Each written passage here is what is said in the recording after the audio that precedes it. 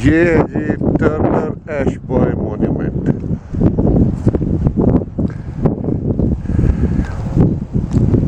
No exit, अच्छा, historic site visitors only beyond this point. ठीक है जी।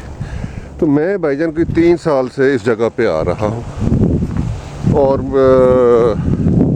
यहाँ पे सिविल वॉर यानी 1860 के अंदर एक जंग लड़ी गई थी, बड़ी फैसला कुन जंग थी वो, जो कि इस मुकाम पे लड़ी गई। तो अगर आप रीइंकार्नेशन यानी चिंडेट्स, आवागान और पे यकीन रखते हैं तो कोई बात नहीं है कि आप समझे कि आप आज से 100-150 साल पहले इस जंग के अंदर आप शरीक थे। तो ये देखिए, इसको कहते हैं बैटल ऑफ हैरिसनबर्ग।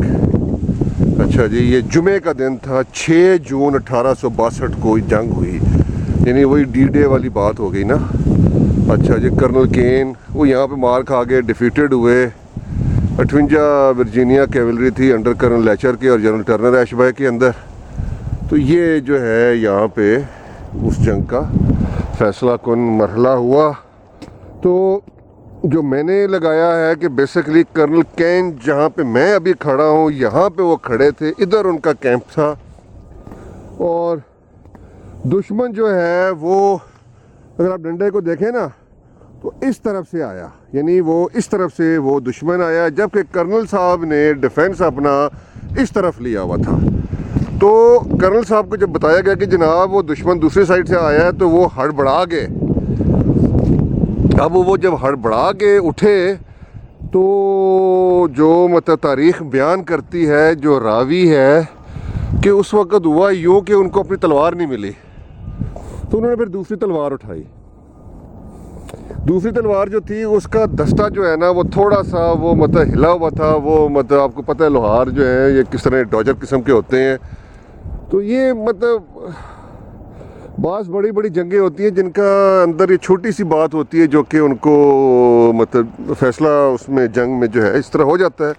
तो अगर लोहार ने उस दिन सही तरह काम किया होता तो काम ठीक होता। अब देखें ना, जनरल साहब जो हैं, जनरल एशबॉय, वो लिखे हैं was killed on this spot 6 जून 1862 को, गैलेंटली लीडिंग अ चार्ज। अब बात यह है कि ये है जो मतलब है कि उस वक्त यहाँ पे कोई था तो नहीं ना कि गैलेंटली वो चार्ज लीड कर रहे थे, या घोड़े की रासें टूट गई थी, घोड़ा खुद ही दुम दबा के आगे भागा, क्या हुआ। लेकिन बात यह है जी, चूँकि वो जनरल थे तो इसलिए गैलेंटली, और इस इलाके से उनका ताल्लुक था तो वो गैलेंटली हो सकता है। वो मतलब है कि उनको ये तो नहीं कहेंगे कि बुज़दिल तरीके से भाग उठे। तो ये है जनाब थोड़ी सी मिलिट्री हिस्ट्री।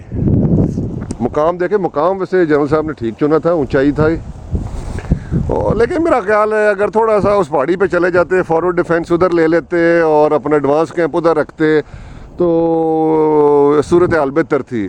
वैसे उन्होंने दूसरी टेक्निकल गलती की कि अपना टेंट जो है ना वो थोड़ा सा निचली साइड पे लगाई। आप देखें ना, मैं आपको दिखाता हूँ यहीं से, ये जो है ना जहाँ पे झंडा लगा हुआ है ना, नहीं बल्कि ये वाला, हाँ ये नारंगी रंग का, यहाँ पे उनका टेंट था। अब वो टेंट जो है ना वो गलत जगह पे लगा गया अपना।